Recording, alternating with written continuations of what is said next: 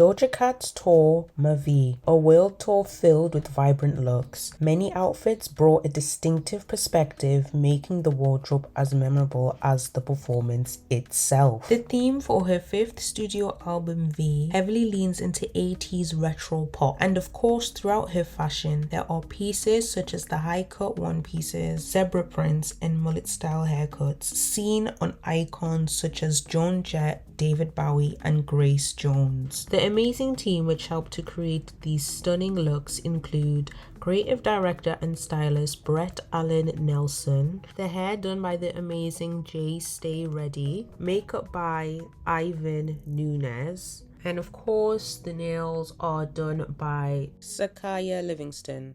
I'll be speaking about the 29 looks from the tour so far, starting from the 18th of November at Auckland to the 19th of June in Krakow. So the first look that I'll be speaking about is from the 18th of November at Auckland at the start of the tour. So the first look that we're getting into is a custom bodysuit in a vibrant color. This custom bodysuit by David Comer London, which is inspired by the Autumn-Winter 2025 collection, or styled by the brilliant Brett Allen Nelson. It had embellishments on the right shoulder. This offered a vibrant look reflecting the 80s, which was a constant theme throughout. High-cut leotards became popular in the 80s. It was a combination of fashion and fitness culture. Custom bodysuit in bright fuchsia was paired with JW Thelina leather pumps in red. Overall, this was a great look. The next stop is Perth. Doja wears an interesting yet layered look. Doja wears a custom Maximilian Gage shimmering bodysuit alongside a studded leather underpiece. To me, the color combination is reminiscent to Prince and Grace Jones, further representing the 80s and supporting the range of performance wear. The rich purple palette naturally evokes Prince's theatrical style. Combined with the oversized hair and the dramatic makeup, the result feels less like a costume and more like a modern reinterpretation of the visual language that artists like Prince, David Bowie, Madonna, and Tina Turner helped define. The bright neon nails helps to add to this visual language of the 80s. As I was doing my research, I was fascinated into looking at leopard print and the print during the time in the 80s, and it reflected the decade's obsession with excess, confidence, and visibility. Designers like Yves Saint Laurent elevated it into luxury fashion, while films like Married to the Mob and music icons such as Tina Turner embraced it as a symbol of glamour and unapologetic self-expression. So referring back to Doja Cat's look, leopard print isn't just a nostalgic reference, it's a way of capturing the bold theatrical spirit that was made in 90s, 80s fashion. The next look is at Melbourne. Doja wears a custom Louis Vuitton bodysuit in a golden leopard print look, and she wears an Inez Dynasty necklace from the House of Emmanuel. Also the contrast between the yellow and the brown leopard print. And one thing about this look that I really do like is how layered it is, especially now when we now reference the 80s. The leopard print reflects the decade's obsession with glamour and access, while the wild, vivid, spiked hair feels much more closer to British punk and new wave. Rather than recreating one specific look, it's a blend of several 90s, 80s subcultures, punk rebellion, power dressing, glam rock, and pop stage wear into a single performance costume, which makes this look so interesting. From my interpretation, especially seeing the hair and then the link between British punk into the early 1980s, originally punk hair was formed as a protest against societal norms, bleached, spike, brightly colored to reject the conventional ideas of beauty. It was meant to be shocking, a statement. As the decade progressed, that rebellious spirit merged with new wave and pop culture, becoming more theatrical and performance driven. So from my interpretation, Doja Cat captures that evolution by pairing a punk inspired hairstyle with the glamour and access of the 90s, 80s stage fashion. Now, Brisbane. This is one of more of the relaxed looks from the tour, but it's rooted in one of the defining silhouettes of the 1980s, the power shoulder. During the decade, structured tailoring became associated with women entering corporate leadership, not to imitate men. but to redefine authority on their own terms. The exaggerated shoulder projects confidence, while the fitted silhouette, oversized rolls, and bold makeup maintain a distinctively feminine identity. It also echoes the theatrical tailoring worn by artists like David Bowie, who blurred the boundaries between fashion, performance, and gender expression. Especially like films such as The Working Girl captures this perfectly as her wardrobe evolves, signaling her growth in confidence. Rather than directly referencing Bowie, the look feels like a contemporary reinterpretation of the same design vocabulary that I can appreciate. The next stop is Sydney, and Doja wears a custom Amor Garibovich outfit, which contains tiger and zebra print. The vivid red feathered hair immediately recalls Tina Turner's iconic stage presence, where movement and volume became part of the performance itself. The combination of zebra, leopard, and tiger print represents the decade's love of access, when animal prints symbolize confidence, glamour, and unapologetic visibility. And even so far from the outfits that we've seen, the return of leopard and zebra prints is a visual shorthand of the decade's idea of power and stage spectacle. That repetition helps to tie in the collection of outfits together as a coherent interpretation of 90s-80s performance, rather than just a series of unrelated costumes. For the second show in Sydney, Doja wears a custom Garo Sparrow Mega Shrug puff sleeve in pink. This outfit is eclectic and it's rich in pattern and colour. The electric, vibrant hair reflects the decade's use of using hair as a form of self-expression. Combined with the reoccurring animal print, neon colours, and layered styling, the outfit embraces more is more attitude.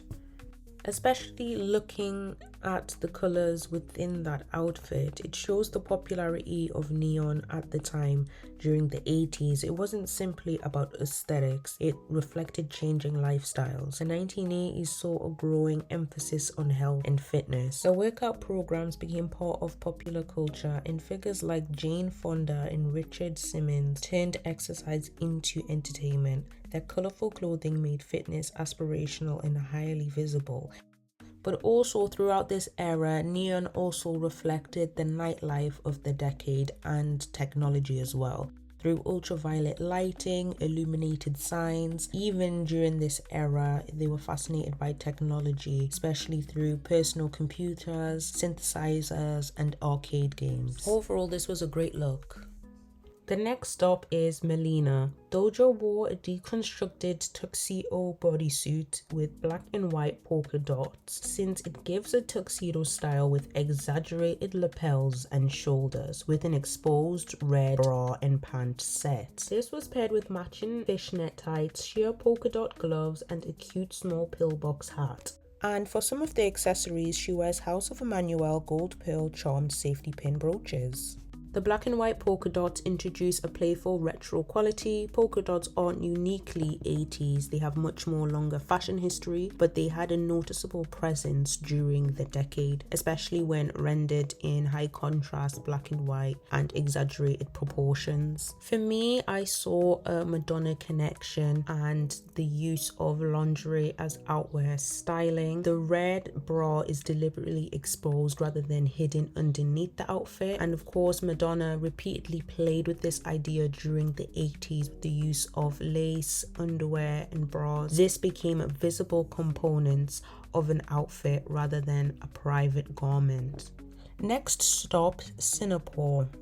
She wore a rich royal blue bodysuit. A vibrant color, there's beauty in this simplicity. This custom bodysuit by David Comer London, which is inspired by the Autumn-Winter 2025 collection. This was styled by the amazing Brett Allen Nelson. And for some of the jewelry that I found, she's wearing the House of Emmanuel Stellar Titan crystal brooch. And overall, this is such a gorgeous silhouette and it's well balanced.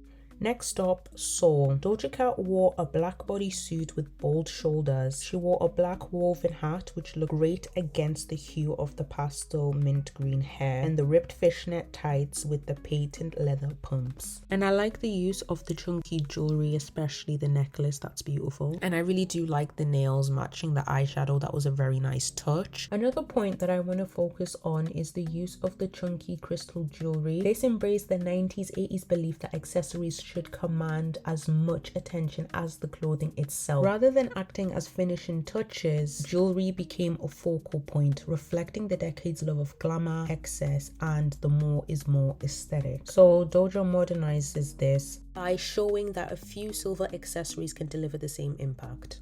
Next stop, Tokyo. This was one of my favorite looks from this tour. It was creative, maximalistic, and it did have cultural significance. There are multiple layers of Tokyo's cultural identity encapsulated within this look. There is a clear connection of Harajuku maximalism within this outfit.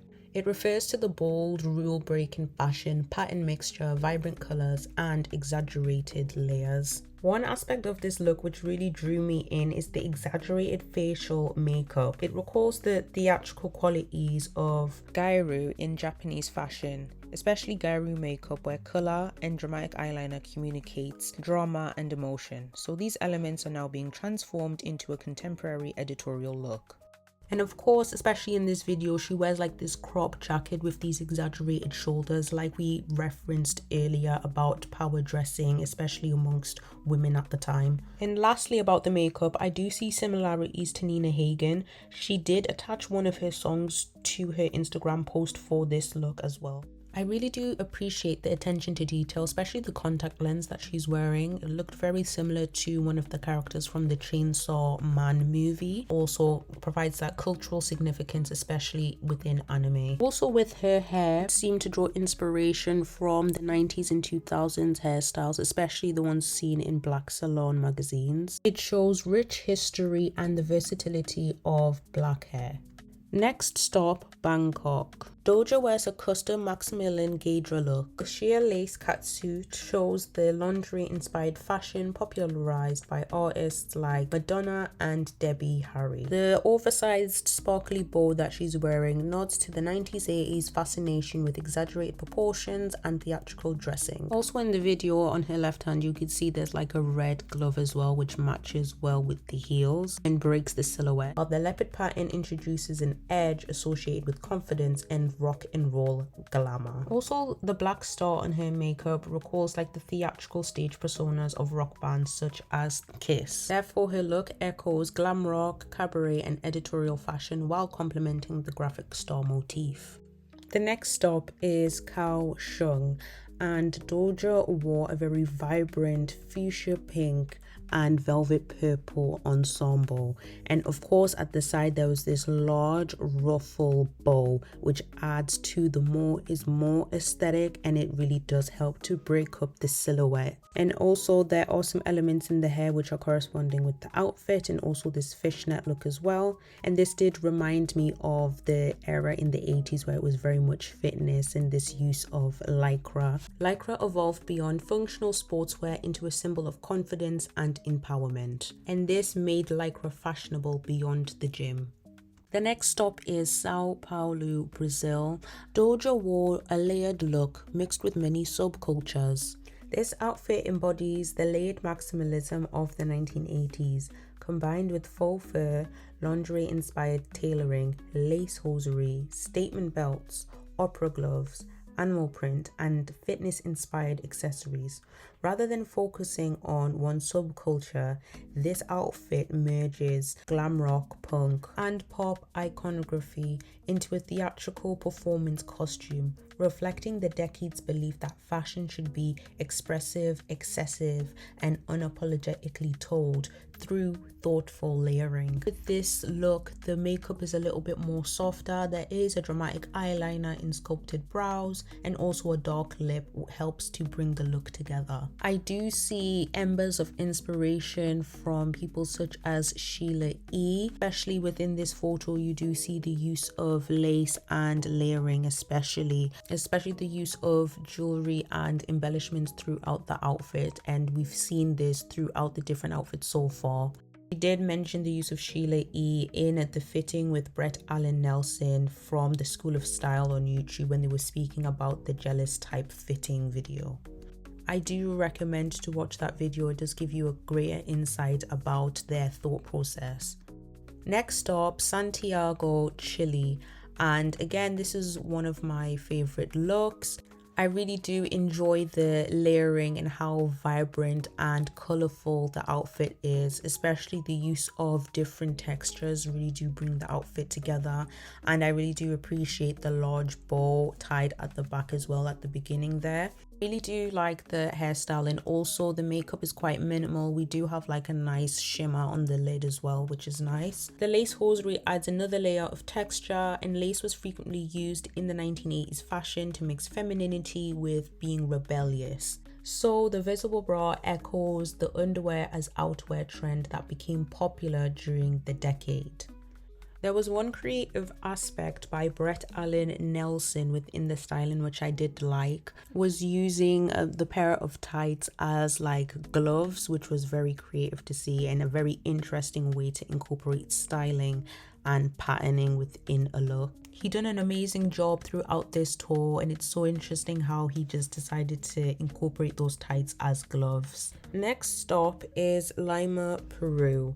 And Doja Cat wore a custom-made Manolo bodysuit and belt for this show. Theatrical red hair and the overall look channels power dressing and the theatrical glamour of the 1980s through exaggerated shoulders and sculptural silhouettes. Rather than relying on excessive layering this time, the outfit achieves impact through bold color and strong proportions. This look reminded me a lot of performers like Grace Jones and Prince.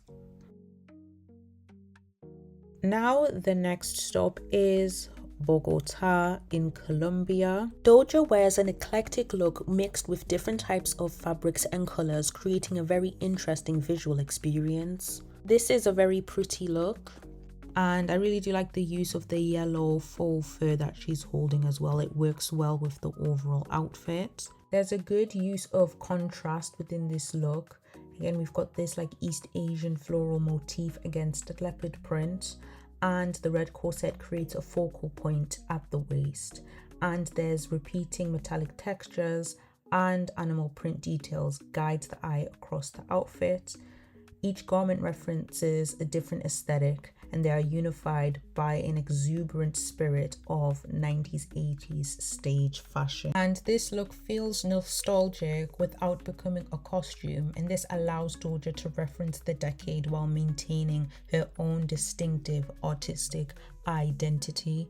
The red tights do correspond well with the corset, and also this look recalls icons such as Debbie Harry with the platinum hair and the punk pop styling. The hair was heavily layered, which creates natural movement, volume without appearing overly styled, and a slightly wild and rock and roll finish. And also the ensemble of this look reminded me a lot of Cyndi Lauper, who challenged the idea that fashion needed to be coordinated or restrained. Her style celebrated individuality through bold color and layered garments with unconventional hair. It was an interesting mix of influences from punk, vintage clothing, lingerie, and street fashion. The next stop is Mexico City. And for this look, I really do appreciate the glam, especially the hair and makeup. It was so gorgeous and it just worked well with the overall outfit. I really do like the use of the faux fur on the shoulders. It really does break up the silhouette. And I really do like the material dialogue within this outfit, especially the latex, the faux fur, the gold metal, and the sheer tights. This video in the middle is from Vogue, and it was really nice to just see the process behind the selection, especially just the jewelry, seeing how much intention and care and consideration goes into a look. And this look was 10 across the boards. This was gorgeous. Now we're in Europe and we're at Dublin, Ireland, and for this look, she wore matching tights plus a bra and panty set in pink plaid alongside with pink suede pumps. There is an accentuated shoulders on the left there to match, and she wore a white bow with these beautiful pink puffy sleeves which look quite sheer. I like the hair and glam. The glam is very soft and effective, and it works well cohesively with the outfit. Next stop is Glasgow, UK. And again, this is one of my favorite looks from this tour as well. And she wears a custom-made Manolo look. From the earrings, heel appliques, and pasties, this look is amazing. I am in awe with the overall glam. I just think it is stunning. I really do like the hair, the nails, especially just with the makeup, with the iridescent lip, and also sort of the stars as eyeshadow with the eyes. It's so beautiful. This look does remind me of the one from Lima, Peru that I looked at earlier, but I also do see elements of Grace Jones, such as inspiration. This is my interpretation of it. So moving on to the next look is in Manchester, UK. Doja Cat wears a custom-made Manolo bodysuit and belt, and this is paired with blue fingerless gloves with black dots. This works well with the yellow and blue tights, and also there's a small red bow added at the waist, plus with faux red feathering and pink feathering at the back. For me, her grills also reference hip-hop's long-standing relationship with grills, which links to individuality and wealth. Her hairstyle also closely resembles the styles featured in black hair magazines that were particularly popular throughout the 90s and 2000s. Next stop is Birmingham, UK, and in this show she is wearing a pastel colored lingerie which is layered, which adds texture. She's wearing patent tights from High Heel Jungle.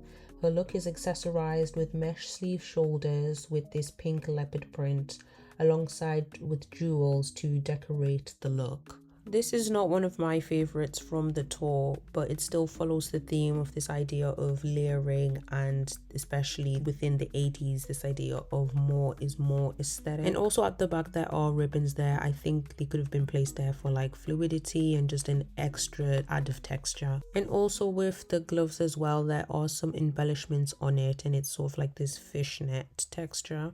And the hair and makeup really does help to balance out this look overall. Next stop is London, and this look was gorgeous. She is wearing a layered look, of course you can see with the bikini top, and it's paired with a lace blue bralette on top. She is wearing a custom made Manolo headpiece for the show. The gloves help to break up the pattern and just balance out the colors within the overall look. She wears two pairs of high heel jungle tights which are layered together. Underneath it's the electric blue mercury tights, and then on top it's the Adore fringe tights. And also from the looks of it, looks like she's wearing a micro mini skirt which features a short pleated ruffle design with red and white vertically striped pattern. And of course there are some feathering on the sides of the exposed cage cryolines. Also as well, she is wearing some red and white pumps which are corresponding to the look as well, and also she is wearing some a choker and a necklace just to decorate the look. And I really do like the makeup look for this one as well, and the hair. I like that for many of the looks, the cities that she's in supports the cultural significance of that city. And especially for this London one, she is wearing an exposed cage cryolin, and this has historical significance since here in the UK this was very popular within the Victorian ages. This was invented in Paris in 1856 by R.C. Millet. And the whole point of this cage cryolin was to help to replace fabric layers. It helps to prop up the dress, allowing more movement and alleviating restriction. Referring back to her outfit, this wasn't the first time her wearing the Union Jack. She did wear it for the London Wireless performance in 2024, and also the Union Jack has been worn by so many artists for their performances. The Union Jack is a cultural symbol and it's historically rich, and this has been repeated in UK fashion for decades. Overall, this London look Doja wore for this tour was beautiful, and I really do appreciate the cultural significance within it. The next stop is Lisbon, Portugal. Doja wore a yellow and purple striped bodysuit with a thick white belt. The metallic silver over the elbow length gloves adds a contrasting futuristic element. The hair is short and tightly curled, dyed in a pastel lilac shade from the looks of it. A yellow headband anchors the hair back, which works well with the bodysuit. The jewelry she wears is a chunky multi-layered silver choker necklace paired with oversized daisy statement earrings, and the white heel pumps work well with the white pasties. Overall, this was a fun and playful look. The next stop is Barcelona. Unfortunately, the Barcelona show was cancelled due to intense weather conditions. This was very disappointing, especially for Doja and the fans. It would have been wonderful to see this amazing look on stage. Let's look into this outfit since it was stunning. Doja wears a custom-made Manolo look, featuring Gaudi-inspired Trencadise mosaic embroidery. The outfit references Park Gayo's mosaics. Also, she wears a salamander-shaped earrings, of course inspired by Gaudi's motifs. The ensemble includes a specifically designed print textile and beautifully custom-made appliques. This creates an interesting and textured visual experience. Gaudi was a Catalan architect and designer. Most of his work is located in Barcelona, such as the Sagrada Familia and the Parc Güell. As you can see from this building, it is rich in texture, and we can see embers of inspiration within Doja's outfit. Especially with the makeup, it ties in with the entire outfit. And their hair is very simple as well, and it allows the outfit to do the talking. I appreciate the cultural connections within this outfit. It was represented beautifully, and overall this was a stunning look. The next stop is Lyon, France. Doja wears a custom Norma Kamali outfit that represents a homage to vivid retro futuristic aesthetic. The combination of a metallic silver draped dress, a matching wrapped headpiece, and long opera gloves that captures the vintage showgirl theatricality. Also, the tights that she's wearing does create a very nice illusion, especially throughout the different movements. From the looks of it, looks like she's wearing like some silver pump heels. And the jewelry is quite minimal, and we do see that she's wearing like a choker as well. And also the hair helps to balance out the silver and lilac within the look. This is more 1920s than 80s to me. When I saw that look, it reminded me of the Art Deco period, which was very popular in the 1920s in Paris. Especially when I saw the evening cap, the close-fitted headwear. Therefore, this look draws heavily upon the visual language of French cabaret and Art Deco glamour.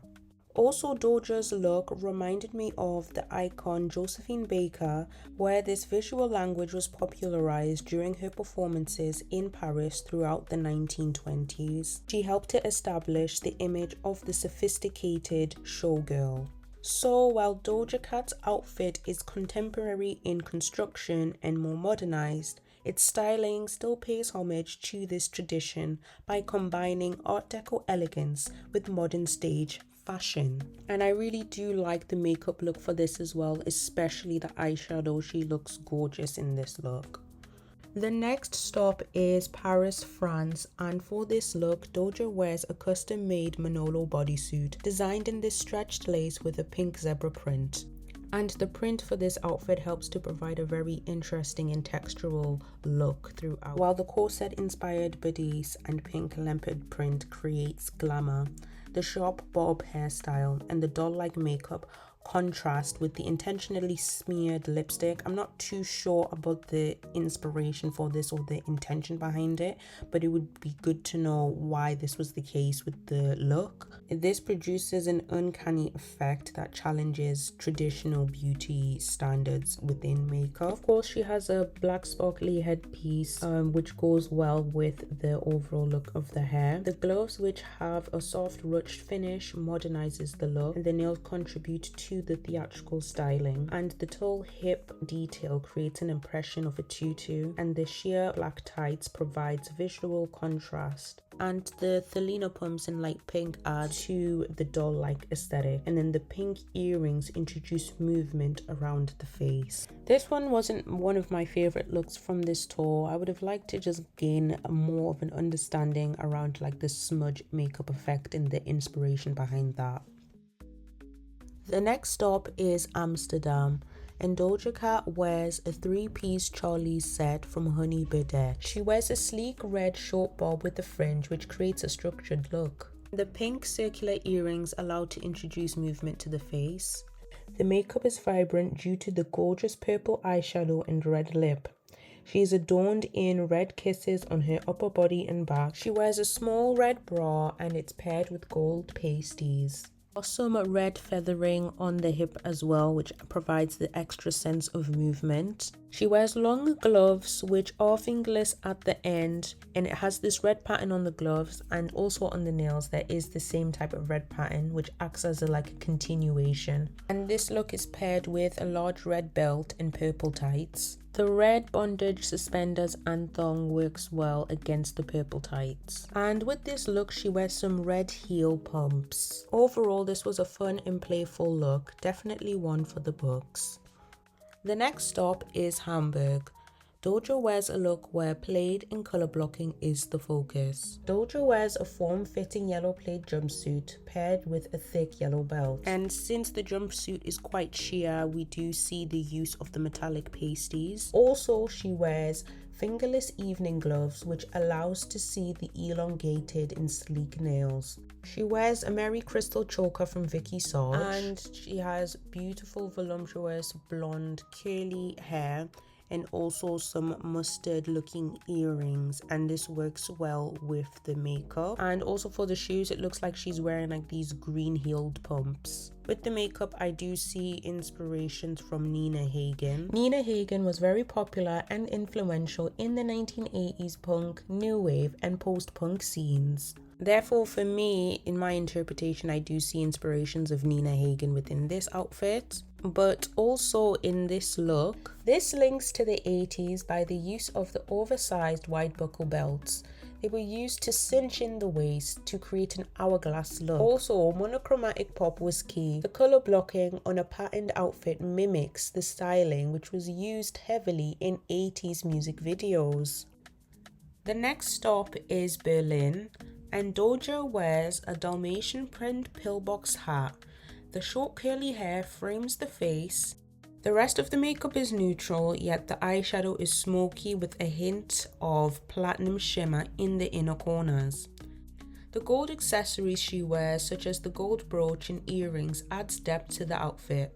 She wears them with a sheer chiffon blouse and a matching scarf which is tied closely around the neck. She wears a Dalmatian print statement waist belt which matches the pillbox hat. The nude coloured leggings she wears alongside with the chiffon blouse helps to balance out the look. I don't know if she is wearing a bodysuit underneath for layering, I'm not too sure about that. And lastly, for the shoes, she wears some white heeled pumps. From my own interpretation, this reminds me of the new romantic era in the 80s, specifically the Vivienne Westwood collection, which was the Pirate collection in 1981. The new romantic era was a progression from punk here in the UK, since in the late 70s it was immersed in the punk scene before moving to this theatrical glamour in the 80s, since the Pirate collection represented an escape due to the political climate at the time.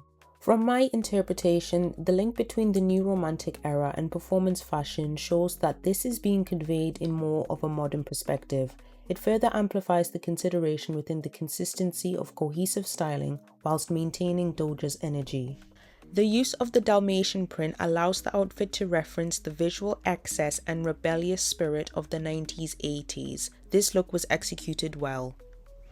We are now at the last stop of the tour, for now anyways. The final stop is Krakow in Poland. Doja wears an eclectic look, from the hair which is two different colours to the amazing makeup look. The exaggerated shoulders with pink and green faux feathers for extra movement emphasizes the look, with the off-the-shoulder front twist crop top in neon green, supports the embellished thick waist belt in dark blue which defines her already snatched waist. There are layers of hosiery, tights, stockings with various patterns. The suspenders in neon pink contrast the patterned leggings.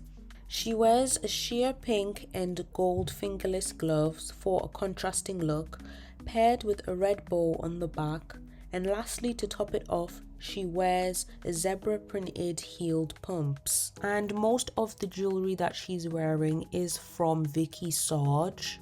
The earrings that she's wearing, it looks very similar to the ones that she wore for her Barcelona show, if I'm not mistaken. Overall, this look encompasses elements of the 80s while still being modern.